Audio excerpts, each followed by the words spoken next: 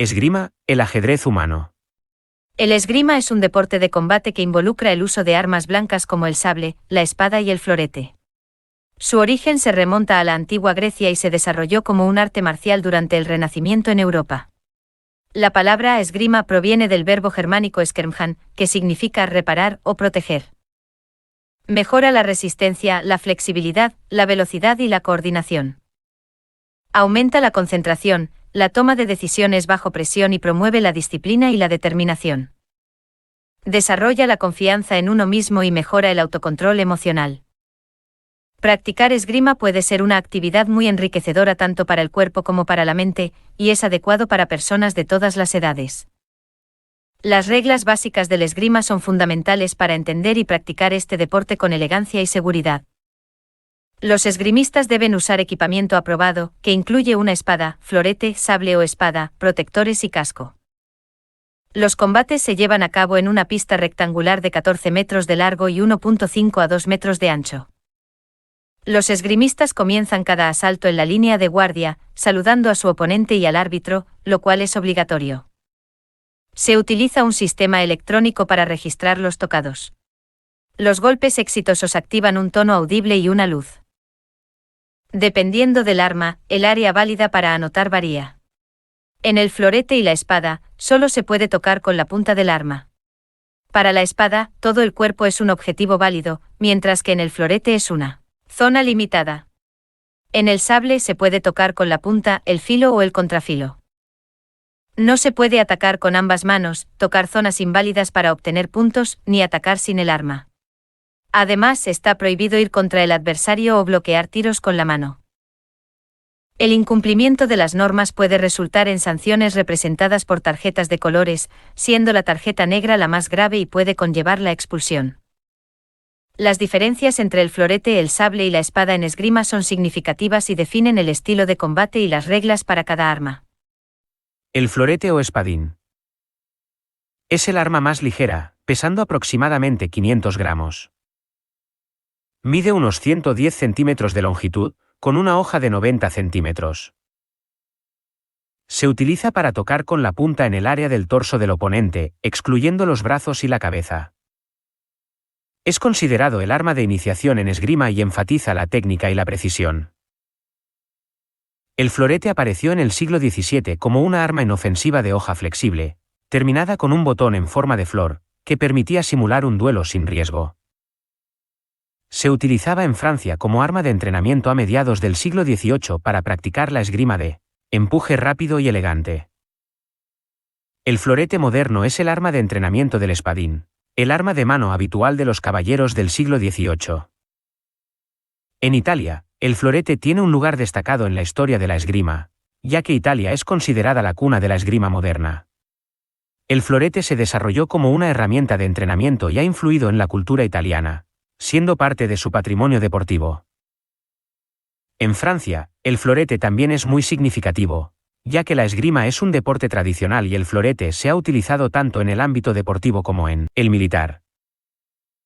En España, la esgrima y el florete tienen raíces históricas en la verdadera destreza, un sistema de esgrima que incorpora principios matemáticos y filosóficos, reflejando la educación renacentista de la época. El sable, similar en peso al florete, alrededor de 500 gramos. La longitud máxima del arma es de 105 centímetros. Se puede tocar con la punta o el filo del sable.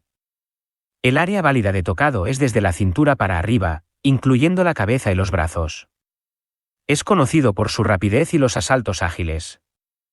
El sable moderno deriva del sable usado por las fuerzas otomanas que se introdujeron a Europa y se adoptaron en la caballería definitivamente en el siglo XIX. Como arma deportiva, tiene su origen en una adaptación italiana del duelo a sable. Italo Santelli, considerado el padre del sable deportivo moderno, adaptó la enseñanza de la esgrima italiana con la tradición magiar del sable en 1896. El sable tiene una fuerte asociación con la caballería, especialmente en países como Polonia y Hungría, donde el sable se convirtió en un símbolo de la nobleza y la tradición militar. En Alemania, el sable fue utilizado en duelos académicos conocidos como Mensur, y su práctica deportiva se introdujo en los Juegos Olímpicos de 1896. En Rusia, El sable ha sido parte de la tradición cosaca y se ha utilizado tanto en danzas folclóricas como en el arte marcial del sistema de combate ruso. La espada es el arma más pesada y rígida, con un peso aproximado de 750 gramos. La longitud mínima permitida de la hoja es de 90 centímetros. Se puede tocar en todo el cuerpo, pero solo con la punta. Posee una cazoleta, protección para las manos, más grande que la del florete. La espada es considerada el arma de duelo y es la única que no tiene prioridad de derecho de paso en las reglas. La espada deportiva procede del espadín, una de las armas propias de la esgrima clásica. Originariamente, el espadín era un arma dura, ligera, con una hoja que pesaba unos 750 gramos y se usaba como prenda en algunos uniformes. Con el nacimiento de la esgrima deportiva, el espadín evolucionó a la espada que hoy se emplea en dicho deporte olímpico. La espada tiene un papel central en la cultura europea medieval, simbolizando el poder y la nobleza. En Inglaterra, por ejemplo, la espada es un elemento recurrente en la mitología y la literatura, como en la historia del rey Arturo y su espada Excalibur.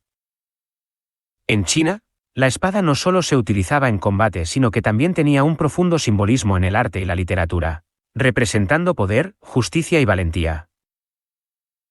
La espada también ha dejado su huella en la cultura japonesa, donde los samuráis la consideraban el alma del guerrero y era un objeto de gran respeto y significado espiritual. Estas diferencias afectan la estrategia y la técnica utilizadas en cada modalidad, haciendo que cada arma ofrezca una experiencia única en el deporte de la esgrima. Estas armas no solo han sido importantes en la historia militar de los países, sino que también han influido en su arte, literatura y tradiciones, convirtiéndose en símbolos culturales que trascienden el tiempo. Estas armas han pasado de ser herramientas de entrenamiento militar y duelo a convertirse en los instrumentos de un deporte que combina destreza, agilidad y técnica. La influencia cultural de las armas de esgrima como el florete, el sable y la espada es profunda y variada en diferentes países, reflejando la historia y la identidad nacional de cada lugar. La esgrima ha experimentado una notable adaptación a lo largo de diferentes épocas y culturas, evolucionando desde un arte marcial hasta convertirse en un deporte olímpico con una rica tradición cultural. A lo largo de los siglos, la esgrima ha sido influenciada por factores como los avances tecnológicos, los cambios sociales y las tendencias estéticas, desarrollando diferentes estilos como la esgrima clásica, moderna y artística.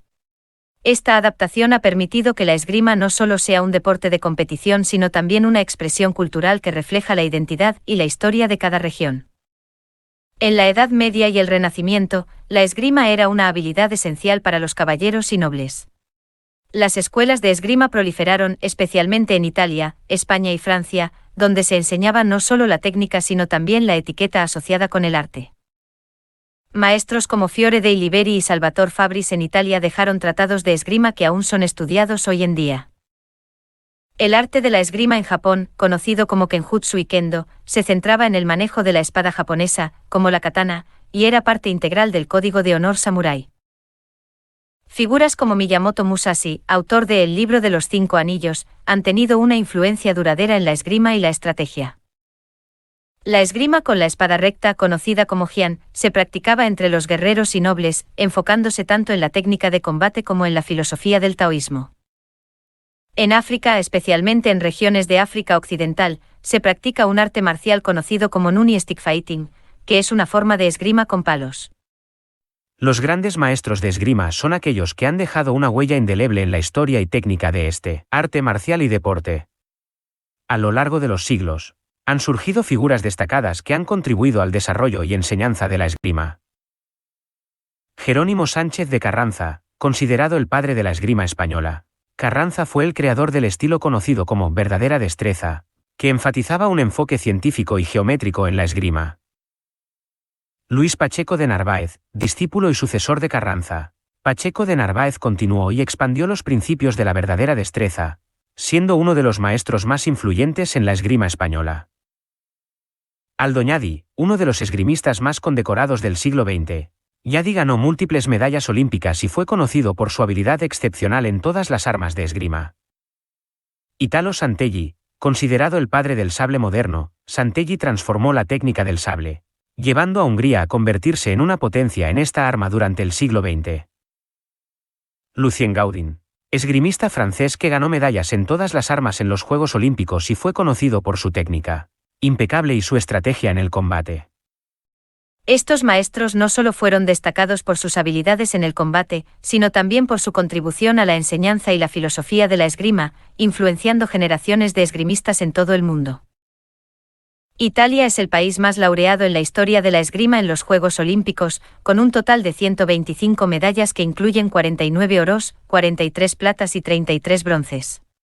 Francia le sigue muy de cerca con 118 medallas en total, compuestas por 42 oros, 41 platas y 35 bronces.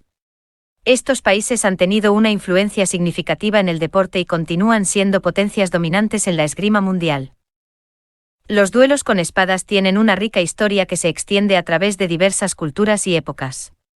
Tradicionalmente los duelos eran un medio para resolver disputas de honor entre dos partes.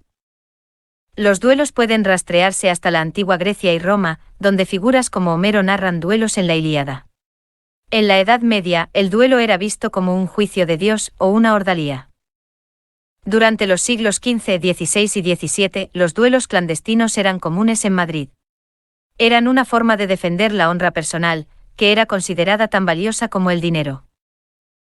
A lo largo de los siglos, los duelos evolucionaron desde justas y torneos medievales hasta prácticas más formalizadas en la sociedad occidental, desde el siglo XV hasta principios del siglo XX. Los duelos estaban reglamentados y ritualizados, y solían ser consecuencia de un reto previo. Se utilizaban armas mortales y se respetaban reglas explícitas o implícitas por el honor de los contendientes. A pesar de su popularidad y aceptación social, los duelos recibieron condena por parte de autoridades eclesiásticas y civiles, y eventualmente fueron ilegalizados en la mayoría de los países. Los duelos con espadas son un testimonio de la importancia del honor y la habilidad marcial en la historia humana, y aunque ya no se practican, su legado sigue vivo en la cultura y el deporte de la esgrima moderna. A medida que avanzaba el siglo XIX, la esgrima dejó de ser una actividad exclusiva para los hombres. Los avances en la anatomía y la fisiología asociaron la higiene y la actividad física con la salud y el buen desarrollo de los cuerpos, ideas que penetraron en la sociedad y propiciaron la incorporación de las mujeres al mundo de la esgrima. En el siglo XIX el florete comenzó a ser utilizado por las mujeres por ser la más ligera, abriendo una vía en este deporte de combate tradicionalmente masculino. Además, el desarrollo de la esgrima femenina está muy ligado a la historia del sufragismo y a la primera ola del feminismo. Se recomendaba a las primeras sufragistas que practicaran artes marciales para defenderse, y una de las más solicitadas era la esgrima. La primera vez que una mujer participó en los Juegos Olímpicos en florete fue en París 1924. Sin embargo, no fue hasta Atlanta 1996 cuando se permitió participar a tiradoras en espada. Y en Atenas 2004 cuando las mujeres participaron por primera vez en la modalidad de sable. A lo largo de la historia, en todo el mundo, han existido mujeres que han aprendido a manejar estas armas y las han usado, aunque muchas veces su contribución ha sido invisibilizada. Figuras como María Pita, que defendió a Coruña en el siglo XVI contra la flota de Drake, son ejemplos de mujeres que han luchado contra lo establecido y que se han levantado contra los cánones de su época. Hoy en día, aunque la diferencia de practicantes por género en las asociaciones, escuelas o clubes de esgrima sigue siendo notable, se observa una tendencia a la disminución de esta brecha, reflejando un cambio cultural progresivo en el deporte. La esgrima, como arte marcial y deporte, ha experimentado una evolución notable a lo largo de la historia, adaptándose a las necesidades y tradiciones de diferentes culturas. Además de su evolución cultural, la esgrima también experimentó una transformación al convertirse en un deporte olímpico reconocido a nivel mundial, combinando la destreza, la concentración y la estrategia. Cada era y región ha presenciado momentos clave que han moldeado la evolución de este arte marcial, influenciando las técnicas, las reglas y dejando una marca en la cultura y la sociedad. Aunque menos comunes, también hubo duelos protagonizados por mujeres. Por ejemplo, en Londres en 1792, Lady Almería y Miss Elphinstone se batieron en duelo con espadas después de un desacuerdo. Estos duelos no solo eran enfrentamientos físicos, sino también manifestaciones de las normas sociales y valores de la época, y su legado sigue siendo un tema de interés en la historia y la literatura. Esgrima, el ajedrez humano. Cultura, historia, arte, deporte. En un mundo donde el acero dictaba el destino, la esgrima era más que un deporte, era un arte. Una danza de vida y muerte. La sala de armas estaba iluminada por antorchas que proyectaban sombras danzantes en las paredes de piedra. El aire olía a metal y a determinación. Cada golpe de las espadas era un verso en una poesía de movimientos precisos. Los esgrimistas, maestros de su oficio, se enfrentaban no solo entre ellos, sino contra sus propios límites. Adrián, con su florete en mano, era la encarnación de la agilidad. Su oponente, Lucía, empuñaba su sable con una fuerza que desafiaba su elegante figura. El duelo comenzó con un saludo, un gesto de respeto mutuo que databa de siglos atrás. Las hojas chocaron, y el sonido resonó como un eco de antiguas batallas. Adrián avanzó con una serie de estocadas rápidas, pero Lucía respondió con paradas igualmente veloces, su sable un relámpago en la penumbra. El combate era un ajedrez de carne y acero, cada movimiento una táctica, cada pausa una estrategia. No luchaban por honor o por gloria, sino por la pura pasión de la esgrima, por el amor al arte que había sobrevivido a través de los tiempos, adaptándose y evolucionando, pero siempre manteniendo su esencia de disciplina y belleza. Nos seguimos leyendo, escuchando y compartiendo. Sencillez-y-orden.es. Les sugerimos entren a las siguientes plataformas tecnocientíficas activas de ámbito internacional: radiosapiens.es y revistanube.com. Actualidad y máximo rigor científico, cultural y divulgativo.